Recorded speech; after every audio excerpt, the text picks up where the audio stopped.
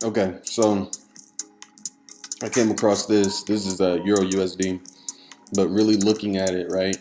This is why I analyze the way I do, and I leave it on my chart so I can really see if the strategy that I've chosen really makes sense, right? We can look and see where we have what we're looking for is a 50 EMA. This is the 1 hour chart, by the way. 50 EMA and the pivot line crossover. They converge with one another. Price action touches on the blue line, which is the pivot, and that would trigger my entry. So, in other words, I would have a limit order wherever the blue line is.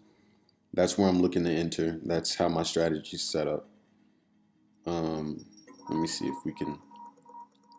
So if I draw risk reward in for each one of these, you can kind of start to see how powerful the system is. And let's say that I'm aiming at, usually I'm aiming based on previous moves. So maybe this is price target 1, or maybe even this one. This is price target 1. Let me see if there's a way for me to do this actually. This will be kind of fly. If I can make it work.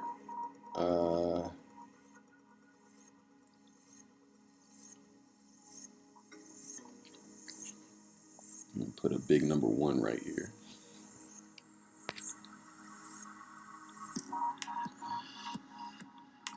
Right? So this previous low is number 1.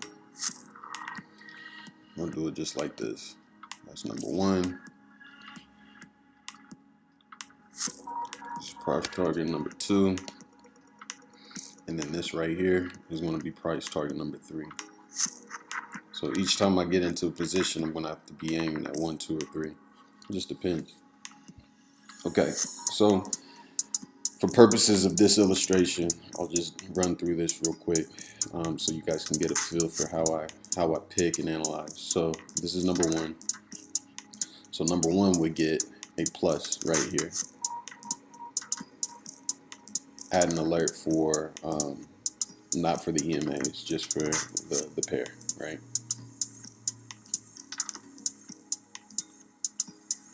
Okay, so these are free charts. I need pro charts to do that. But what you want to do is have alerts. I'll have these orange lines signify. Let me make it a different color. I'm getting better at this, y'all. Y'all bear with me. So this pink line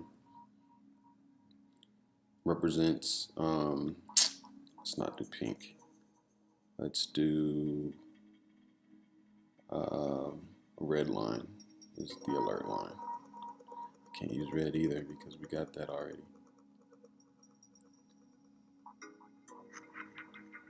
Dark blue. Dark blue is a price target. We'll just use that. Number 2 would be here. I'm sorry, H. So for y'all that use Tradingview, if you push Control A, or I'm sorry, Option H on your Mac, then you can drop a line in. Okay, so each time that I put a price target, it's going to be here. It's going to start here, alert here, and then it's going to go here to number 2, and then it's going to go all the way down to number 3. So I'm about to show y'all the profit potential on a move like this, where we have it trending downward and we see all these entries. This is another entry. This is the first time I've really dug into my strategy and how it's really set up. My stop is always just beyond the support. Since we're trending downwards, this is support. So this green line is support, the blue line is pivot point, and then the other green line is resistance. Let me see if I can make these a little bit brighter. There we go. So now you can really see those green lines. And that's how it's going to be. That's how I pick. And one of the ways that I used early on to really understand, I wonder if I can, yeah. Okay, so to really understand if we're in a good trend or not, is I look at the position, I look at the position of the bars, right? So the green, blue, green. And if it's inherently better than 1-to-1, so what that means is if I have this that I draw in, this is a 1-to-1 risk reward. And you can see that in the middle where the number is here, 1-to-1, because it's equal on the red side and on the green side. It's 100% equal. If there's some way that I can get into a position where these bars here are not evenly spaced and there's actually more reward than there is risk, then I do want to get in, because now we have a trend and it looks like I'm naturally going to do better than I'm going to do have my risk going forward, right? So I've said this in my other videos. 1-to-1 doesn't work for me. Even 2-to-1, I kind of turn my nose up to that too, because I've seen 3%, 4, 5, 6, and onwards on these moves. So I'm going to be looking for a bigger position most of the time.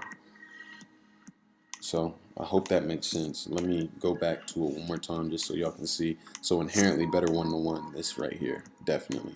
This one, not so much, but a little bit, barely. This one's pretty even. This was a big move because we had a big move here. And all this is, these bars are a signifier of the previous day's averages. So where the price went on average. Since there was a big move in price on the previous day, and it was mostly to the downside here, based on when the day started. So if I go back one, you'll see what I mean. Y'all bear with me, man. I know it. I just can't explain it as good as I'd like to yet. So this big move did not happen within yesterday, the previous day. The previous day starts right here, right where the bars first start forming horizontally. This is 4 p.m. and you can see that 1600 right there on the 30th. That's where the new trading day began. So most of what we saw happen was this pull up and then this drop down drastically, and then the next day formed. And when the next day formed, these bars are spaced based on the previous day's price averages, inherently better than 1-to-1, meaning that we're more likely to go on a downward move. MACD kind of told a similar story, whatever. And anyways, we're able to take that, and I'm going to show you how. So if I take this one, I'm going to point at 3 on all these, by the way, just so we're all on the same page here.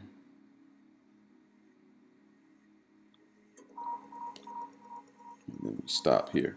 So I only put the risk reward spacer for one move, and then I stop once the next move begins so that we can see each one of them.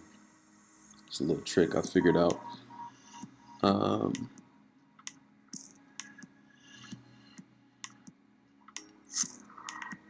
Okay, I see what I did here. This was like barely in there. Barely able to make that one happen.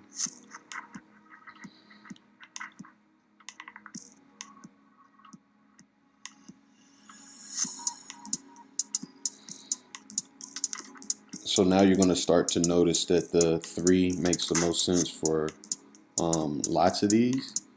As we get further and further down the sequence or whatnot, the first profit target and the second profit target don't really make sense for the second move and this third move, because it's so tight, it's so close to where we already are with the price action. So yes, we're going to choose for 3. On this one, it can go either way. So on this first move, I could probably stop at 1, but that's only 0.87, so I probably would go ahead and shoot for 2. 181. So let's be realistic and say that that's where we started. Boom, boom, boom. That's 3 positions down. The 4th position would look like this.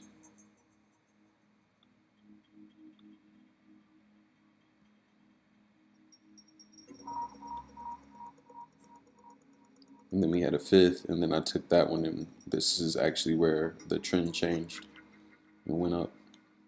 but I lost money right here. Just 1%, not a lot. Always only 1%. Risk managing, super important to risk management.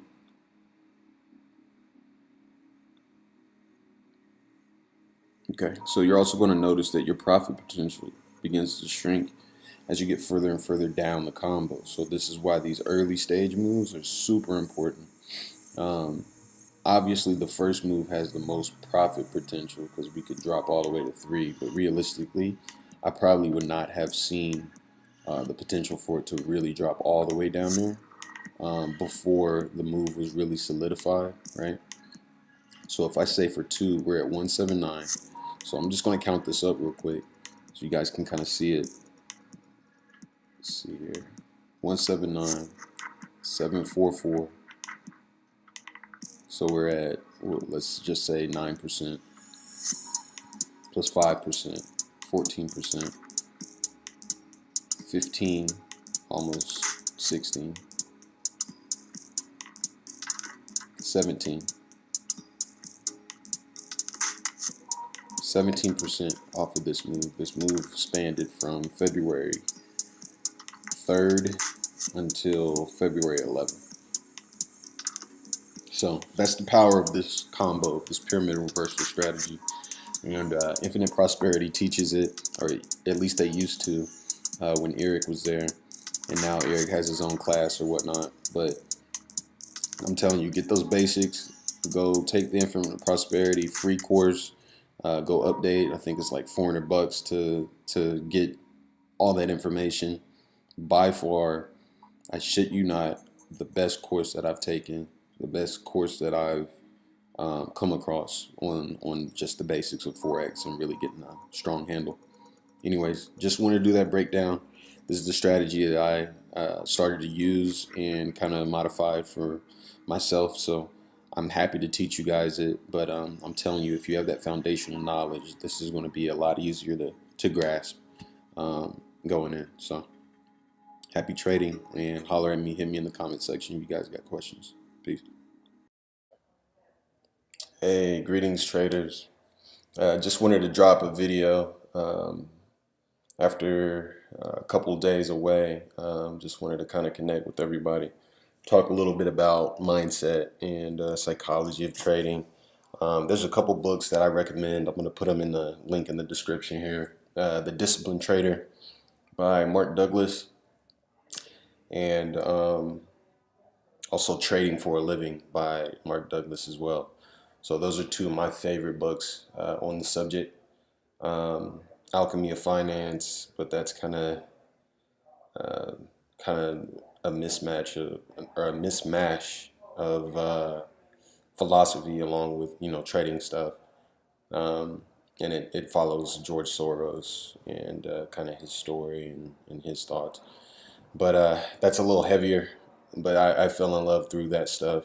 To be honest, man, I really like um, the aspects of discipline and the idea that you can kind of come up as a trader based on your mindset, based on how disciplined you are, how you're able to kind of take positions based on what you see on the charts versus how you feel inside, and letting emotions or recent wins, recent losses, that type of thing affect you too much. Um, with my online stuff, or I'm sorry, on screen video recordings where I'm going through the pairs, I want to start getting a little bit more in depth, kind of talking about potential targets. I've already been doing that, but really drilling down and saying, okay, this is a A trade or this is a B trade. I had a really good talk with a friend of mine yesterday, um, a trader here in Austin, who was saying he's been struggling with consistency. And, we all have at some point, and it's just part of the journey, obviously, right? Um, but one of the things he said, he doesn't, he's trying to figure out how to, sit and kind of write out his trading strategy, being able to present that to somebody, write it out on paper, explain it easily, quickly, and the whole 9 yards. So I'm doing that exercise with him. And one of the things he said is, I don't know if I'm saying, sometimes I do this way, the entry's based on this, and it's kind of subjective type of thing. Because that happens, especially when you're brand new. So one of the first things I kind of equated that to is no different than sports again. It's a baseball player being able to hit a 95 miles per hour or 100 mile per hour fastball. Before you can hit it, you got to be able to see it. And I think in trading, it's the same way. You want to practice and get really, really good, either through, well, mostly through back testing. Back testing is the truth, man. Anybody, the guy that I followed and got the most out of early was Irek Piekarski when it comes to like actually putting on trades and stuff. Um, and he was huge on back testing. I do remember that. So when I think about back testing and how important that could be for developing yourself, developing your confidence, and developing your strategy, that's a huge one. But what you do is you'll want to go and back test a strategy and be able to tell an A version of it uh, and an A plus version of it. So you want to get really tight into the intricacies of what makes this an A plus, what makes that an A, what makes it a B, what makes it an F setup, so that you don't even want to touch it, and have like concrete examples of those and understand the difference. That's the huge key. When I look at a chart, I can understand the difference between an okay setup and a really good setup. And then also the ones that stand out are the A pluses, and really knowing, hey, everything's lined up for me. I'm going to take this risk. Um, Still at 1%. Starting out, it needs to be just 1-to-1 ratios, or I'm sorry, one to whatever ratio. So I'm risking one to make two or three or four, or whatever your strategy usually um, can give you. And another piece right there, I just went over, understanding your risk metric and your average versus your better than average versus your stellar setups when it comes to risk reward. Um, a lot of the strategies I learned in Infinite Prosperity early, they talked about 1-to-1 being like, a good measure and a good consistent base hit type of trade over and over. And then they started calling like a 2-to-1 and a 3-to-1, 4-to-1, or like hyper moves, I think is what they call them. I don't know if it was a 2 or a 3-to-1 where they started calling it a hyper move, but essentially you're making 3 times as much as you're risking on that, right? Or 4 times more, or 5 times as much as you're risking, just depending on the setup. So I kind of want to go into depth on that whenever I'm on the charts, show you if I'm thinking it's um, a big move of 4-to-1, 5-to-1, or even better, which I've been there before when I'm trading this pyramid reversal strategy. And you're going to start seeing that link appear in the description for the pyramid reversal strategy. I'll put that out when I'm ready and confident in it. And it'll be like a little PDF for you to go look at my own strategy and say, okay, I understand how he's doing that. And you can follow it. It's not a secret, it's similar to the Lewis Markham method that's taught in Infinite Prosperity, and it's also similar to Irek's combo method. I don't know what he calls it nowadays. I think he changed it or named it something else in his newest course. But I haven't taken his newest course yet, so I don't know. But the strategy is the same. It's just refined, just tighter. I'm sure over time, like anything, you get better, tighter, more refined. It's kind of like, anything. The iPhone, the first one, was dope conceptually, and then they built off of it. Uh, According to some, they didn't build very much off of it, but you get what I'm saying. Anyways, so I just want to add the quality of saying, okay, whenever we have a profit target, we have multiple profit targets. Let's get into that. Um, let's get into price action dictating what we do when we exit, type of thing. Let's also go over stop loss and when we get out, because I like to cut my losses short. I don't wait for them to hit that full 1% loss most of the time. Um, and then, I need to develop on my own to have better entries. The only entry that I'm really, really confident in and love using is the pivot entry.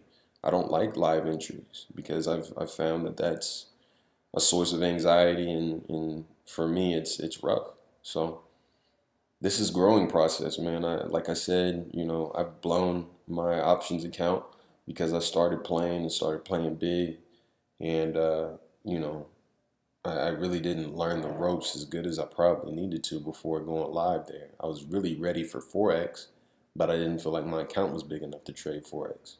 It was a mistake. And we all, as traders, make mistakes based around dollar amount and not necessarily the soundest decision uh, from a business standpoint sometimes. So, anyways, there's more to come. There's tons of that. And check out the links. Get that Tradingview, get that charting package. It's free. Go ahead and get linked up there. The description's there.